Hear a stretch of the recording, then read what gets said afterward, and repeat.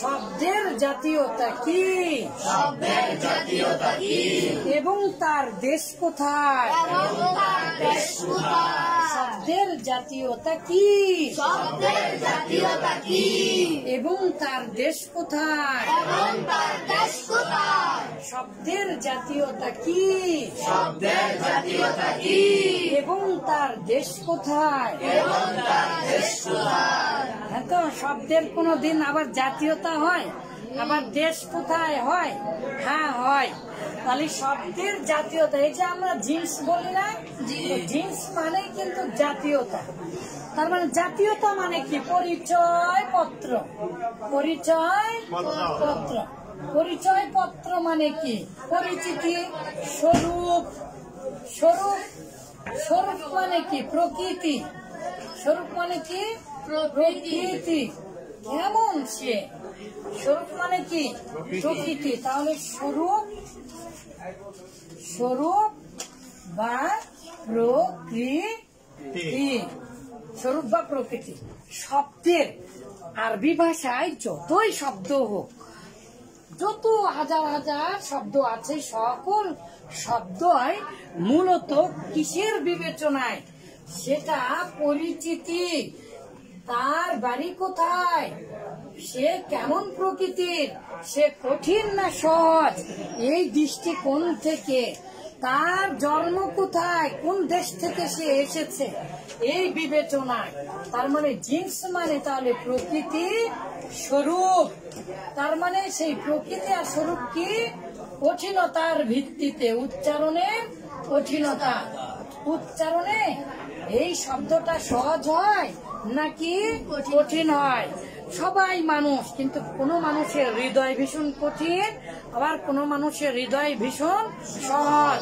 কোন মানুষের নাম উচ্চারণ করতে কঠিন, আর কোন মানুষের নাম উচ্চারণ করতে সহজ। আমরা জেনেছিলাম পাঞ্জেগান্স বা শব্দ বিশ্লেষণের একমাত্র কারণ হচ্ছে উচ্চারণে কঠিন হলে তাকে ভেঙ্গে খেয়ে ফেলে, তার সাথে মারামারি করে, তাকে সোজা করে দিয়ে।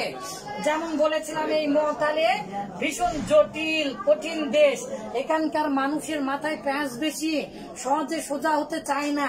তাহলে এদেরকে সোজা করার একটা বুদ্ধি আছে, যেটা শুয়ে পড়বে অথবা যেটা এরকম পিছলে চলে যাবে, তাহলে ইয়া অথবা ইয়া অথবা ওয়াও কে সরাসরি আমরা কি করে দিব? সোজা করে দিব। একেবারে খাড়া করে সোজা করে দিব, তাহলেই হয়ে যাবে। তাহলে এই মোতাল দেশের মানুষেরা একটু কঠিন জটিল, এরা পিছলা পিছলা চলে যায়।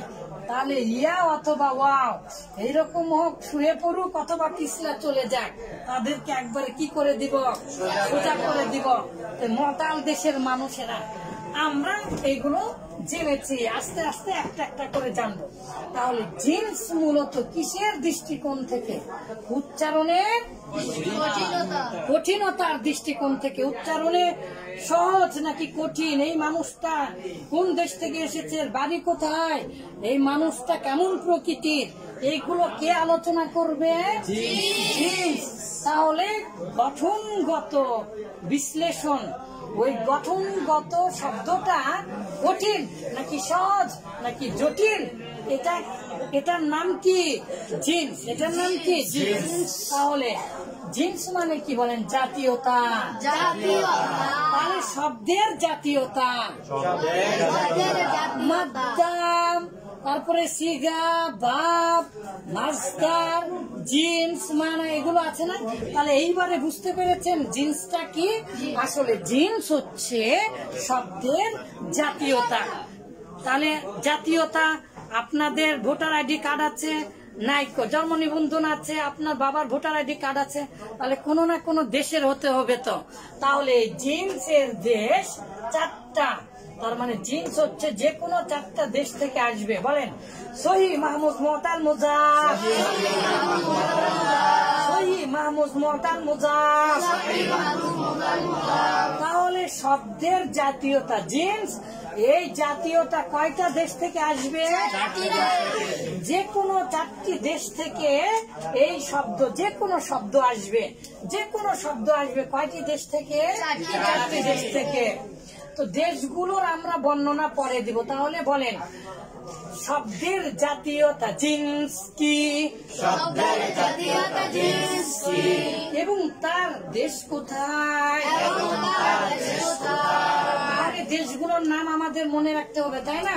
বলেন সহি, মাহমুদ, মুতাল, মুজাফ। সহি, মাহমুদ, মুতাল, মুজাফ। সহি, মাহমুদ, মুতাল, মুজাফ। সহি, মাহমুদ, মুতাল, মুজাফ। সহি, মাহমুদ, মুতাল, মুজাফ। সহি, মাহমুদ, মুতাল, মুজাফ। সহি, মাহমুদ, মুতাল, মুজাফ। সহি, মাহমুদ, মুতাল, মুজাফ। আচ্ছা, আমি প্রথমে উল্টা দিক থেকে শিখাইছি। আগে আপনাদেরকে সহি শিখাইনি, আগে মাহমুদ শিখিয়েছি। মাহমুদ মানে চিহ্ন, মাহমুদ মানে চিহ্ন। হামজাটাকে চিহ্ন আকারে আলিফের উপরে দিতে হয়, তাই এর নাম মাহমুদ করা হয়েছে। আচ্ছা, তাহলে হামজা শব্দটা এই যে দেখেন হামিম জা, তাহলে মাহমুদ মানে যার উপরে হামজা আছে, বুঝতে পেরেছেন? তাহলে হামজা, তাহলে প্রথমে আমরা হামজাটা শিখি। আমরা জানি আলিফ কেন হামজা হয়, আলিফ কখন হামজা হয়, আলিফ কখন হামজা হয় আমরা জানি না। তো আলিফের জন্মগত আলিফটা হচ্ছে সাকিন, কিন্তু আলিফের উপরে যখনই জবর জের পেশ হবে তখনই আলিফ কি হয়ে যাবে? হামজা হয়ে যাবে। এভাবে চিহ্ন দিতে হয়, ঠিক আছে? তাহলে মাহমুদ মানে যার উপরে হামজা দেওয়া হয়েছে। তাহলে পৃথিবীর যে কোনো শব্দকে যখন আমরা দেখব আখদা, আখদা, কার উপরে আমরা হামজা দেখতে পাচ্ছি? তাহলে যে দেশে হামজা আছে সেই শব্দের নাম হচ্ছে কি? মাহমুদ। তাহলে তার জিন্স কি? মাহমুদ। এই যে করো শব্দটা কোন দেশ থেকে এসেছে? এসেছে হামজা দেখতে পাচ্ছি, কারণ মাহমুদ দেশ থেকে যেই শব্দগুলো আসবে তার উপরে কি থাকবে? হামজা থাকবে। যদি হামজা থাকে তাহলে তার জাতীয় পরিচয় পত্রের নাম কি? জিন্স। মাশাআল্লাহ, মাশাআল্লাহ। এই যে আমরা ফাআলা লিখে রেখেছি, পৃথিবীর সকল শব্দ, পৃথিবীর সকল শব্দ যেভাবে হোক যদি সেটা ফেল হয় সাধারণত 3 অক্ষর বিশিষ্ট হবে মূল। তাহলে ফা আইন লাম কালেমা, এই ফা কালেমা 1 2, এই যে আইন কালেমা আর এই যে লাম কালেমা 3, এগুলোর মধ্যে এখন কোন শব্দ কোনটা হলে বেশি কঠিন হবে, সহজ কঠিন হবে? তাহলে যে দেখেন করো আ, এই করো আ হামজার উচ্চারণ ওয়াও এবং ইয়া এর চাইতে সহজ, এই জন্য এর নাম দিয়েছি সরল দেশ। এই জন্য এর নাম দিয়েছি কি? সরল দেশ। হামজার দেশ। কিসের দেশ? হামজার দেশ। হামজার দেশ। যেই শব্দে আমরা হামজা দেখবো তাকে কি বলবো? হামজার দেশ। হামজা বলবো। তাহলে মাহমুদ আমরা অলরেডি জেনে গেলাম। এখন বাবা হামজা তো এখানে লাম কালেমায় দেখতে পাচ্ছি করো আ, তাহলে এটা মাহমুজে লাম। আর এই শব্দে দেখতে পাচ্ছি প্রথম অক্ষরে মানে ফা কালেমায়, তাহলে এটা হচ্ছে মাহমুজে ফা। আস্তে আস্তে এভাবে ইনশাআল্লাহ প্রত্যেকটা আমরা ইনশাআল্লাহ জানতে পারবো। সহজ ভাবে আগে জানা, পাঞ্জিগাস বা শব্দ বিশ্লেষণ করার আগে যেগুলো বিষয়ে অবশ্যই অনেক ভালো জানতে হবে, তার মধ্যে হচ্ছে শব্দের জাতীয়তা, পরিচয়, প্রত্র, প্রকৃতি, স্বরূপ, শব্দটা গয়ার নাকি জটিল নাকি সরল সাদা নাকি জনসংখ্যার দেশ। যেমন জনসংখ্যার দেশ দেখেন, এই যে জটিল যে ছিল তাকে তো সোজা বানিয়ে দিয়েছি। এবারে বাংলাদেশের যত মানুষ, হাজার হাজার জনসংখ্যার মানুষ, খালি আসা ভিড় জমিয়ে দেয়, যেখানে সেখানে খালি যানজট বাঁধে, তাই না? পৃথিবীর যেখানে যায় সেখানে।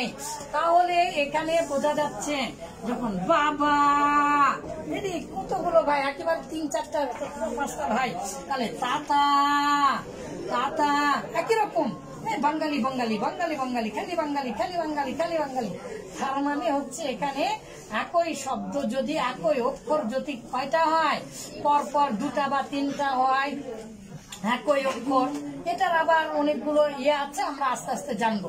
দেখেন বাবা একই বা দুটা হয়ে গেল, তার মানে খালি ভিড় হবে, তাই না? তাতা সাসা, তখন আমরা এটাকে বলবো মোজাব, জনসংখ্যার দেশ, তার মানে বাংলাদেশের মতো। তাহলে আমরা আস্তে আস্তে জানবো। আজকে কি শিখলাম? মাহমুদ শিখলাম। আল্লাহ আমাদের জন্য সহজ করুন। তাহলে কিভাবে আমরা বুঝবো যে এই শব্দটা মাহমুদ দেশ থেকে এসেছে? যার মূল অক্ষরে হামজা পাওয়া যায়। মাশাআল্লাহ, মাশাআল্লাহ।